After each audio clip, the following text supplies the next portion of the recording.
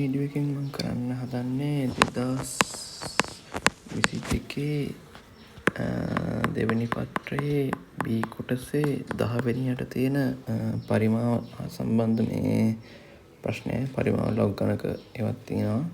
ඒ ප්‍රශ්නේ තමයි මම කරන්න හදන්නේ. හරි, ඉස්සෙල්ලාම ගාන කියවලා අපි රූපයක් ඇඳලා මේ දත්ත ටික ලකුණු කරගමු. ජලය අඩංගු ඒකාකාර ත්‍රිකෝණාකාර හරස් කඩක් සහිත ඍජු ප්‍රිස්මාකාර භාජනයක හරස් කඩ වර්ගඵලය වර්ග සෙන්ටිමීටර් 42ක් වේ. හරි. ඍජු ප්‍රිස්මයක් තියනවලු.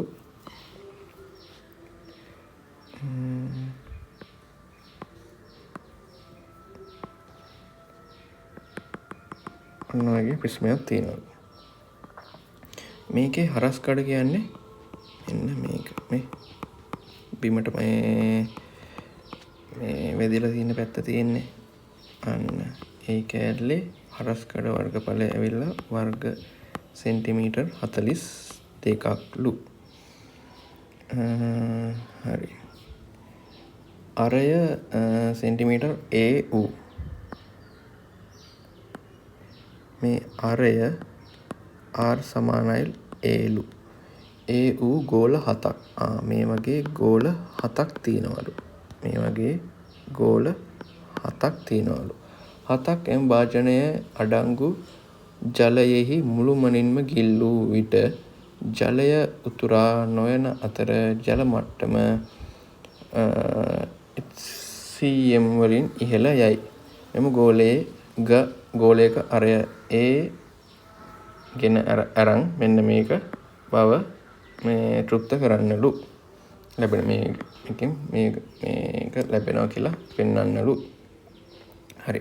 මේ ප්‍රිස්මයේ දැන් මේ ගෝල ටික දාන්නත් කලින් වතුර තියනවලු. මෙන්න මේ වගේ ප්‍රමාණයක වතුර තියනවලු. ඊට පස්සේ මේ ගෝල ටික දානවා. ගෝල කීයක්ද? ගෝල 7ක් දානවලු. ගෝල 7 දැම්මට පස්සේ මේ තියෙන වතුර මට්ටම මෙන්න මෙච්චර ප්‍රමාණයකින් ඉහළ ගියා කියලා හිතන්නකෝ. ඔන්න ඔච්චර ප්‍රමාණයකින් ඉහළ යනවලු. කොච්චර ප්‍රමාණයකින්ද? මෙන්න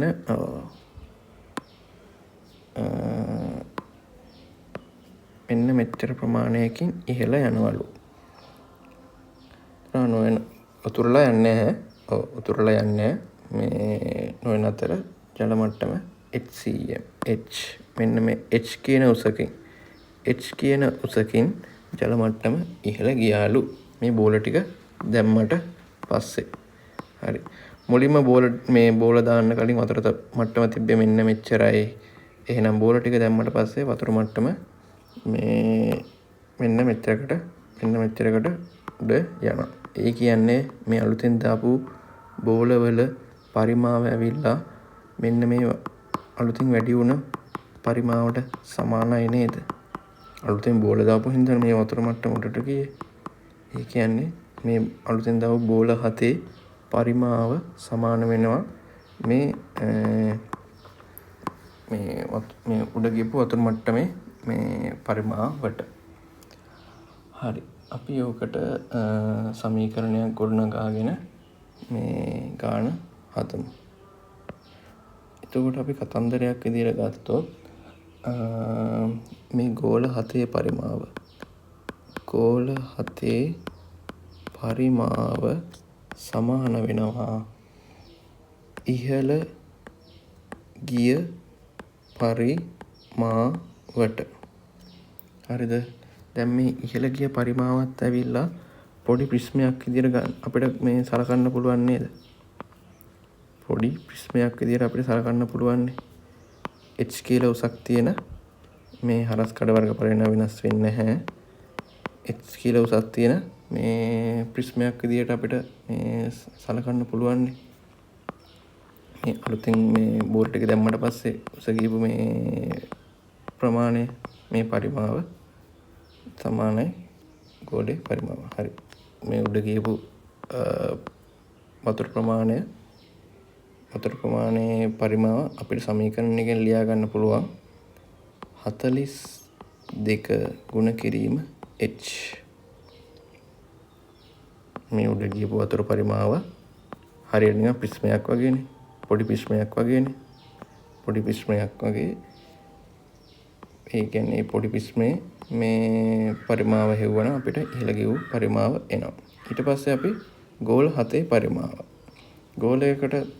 ගෝලයක පරිමාව හොයන සමීකරණය මොකද්ද?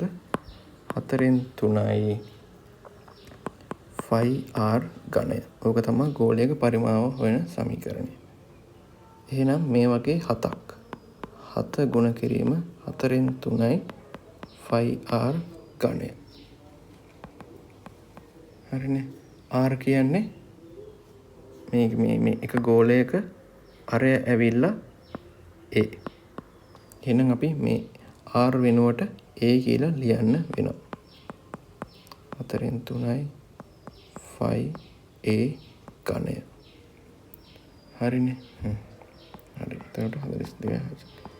හරි. දැන් අපිට තියෙන්නේ මේක විසඳලා අර මෙන්න මේක ගන්න. හරි. අපි මෙහෙම සමීකරණය නම් ගොඩ නගා ගත්තා. හරි. දැන් මේ සමීකරණය අපිට විසඳන්න තමයි තියෙන්නේ.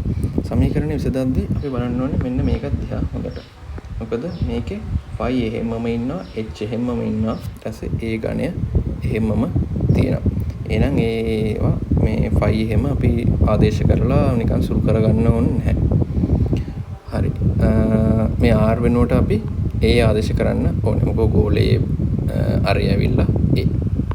4 බෙදීම 3 phi r වෙනුවට a ඝණය.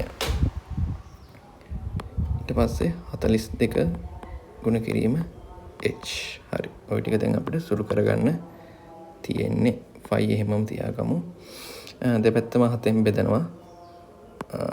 එතකොට 4 7 1යි. මේ පැත්ත 4 7න් බෙදනවා. දෙපැත්තම මේ එකම සංඛ්‍යාවකින් බෙදන්න පුළුවන් අපිට. 4 7 1යි. 42ට මේ 7 ඒවා 6යි. ඊට පස්සේ මේ බෙදීම විදියට තියෙන 3 වැඩි කිරීමක් විදියට එහා පැත්තට අරියන් වැඩි කිරීම විදිය 4 විදියට තියෙන 4 බෙදීමක් විදියට එහා පැත්තට අරියන් 5a ඝනය 6h වැඩි කිරීම 3 බෙදීම 4. හරි.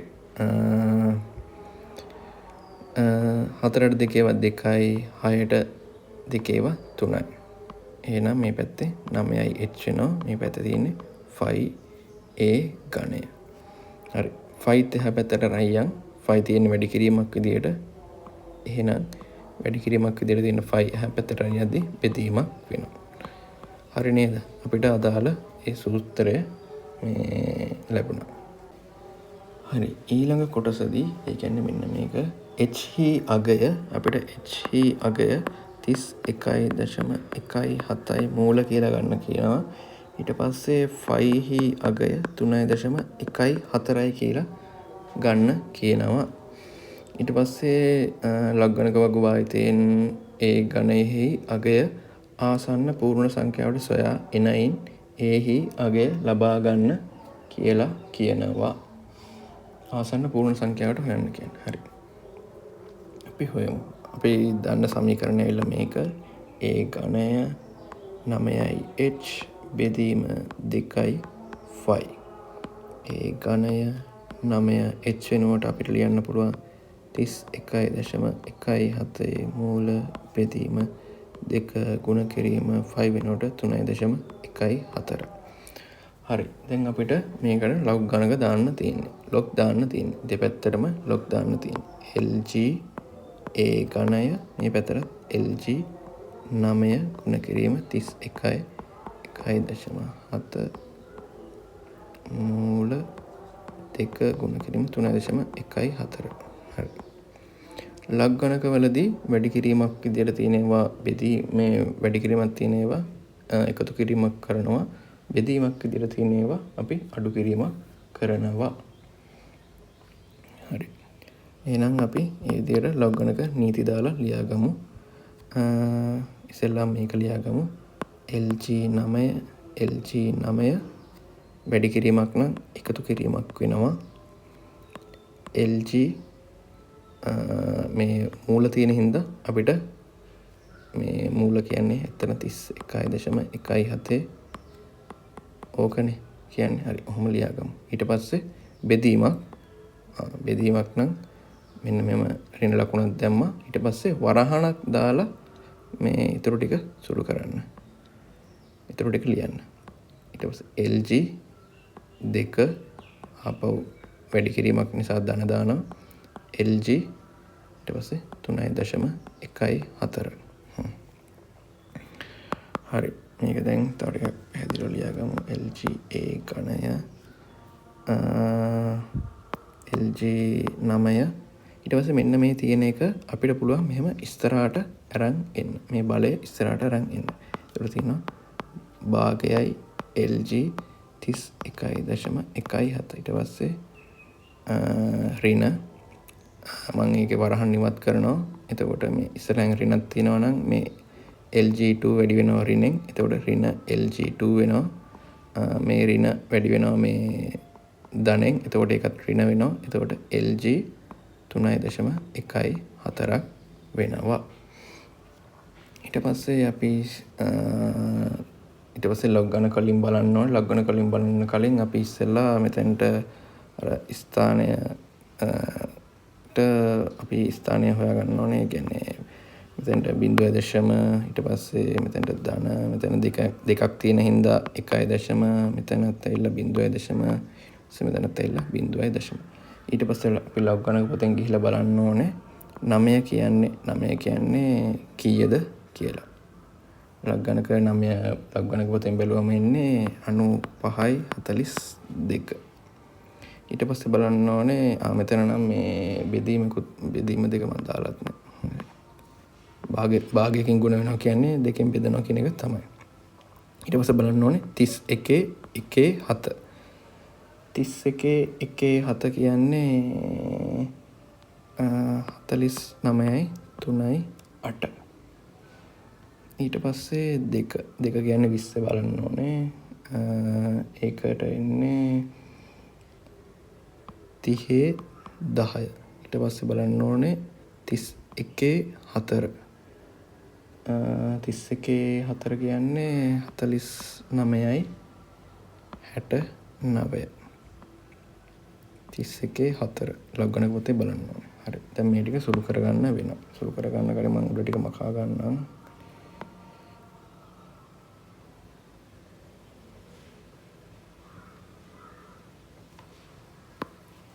මම උඩින් ඉඳන් හදන්නම් ආපහු LG A ඝනය. හරි. එතකොට අපිට සුළු කරගන්න තියෙන්නේ 0.9542. මේක 1.4938 දෙකෙන් බෙදුවම එන්නේ 0.74 6.9.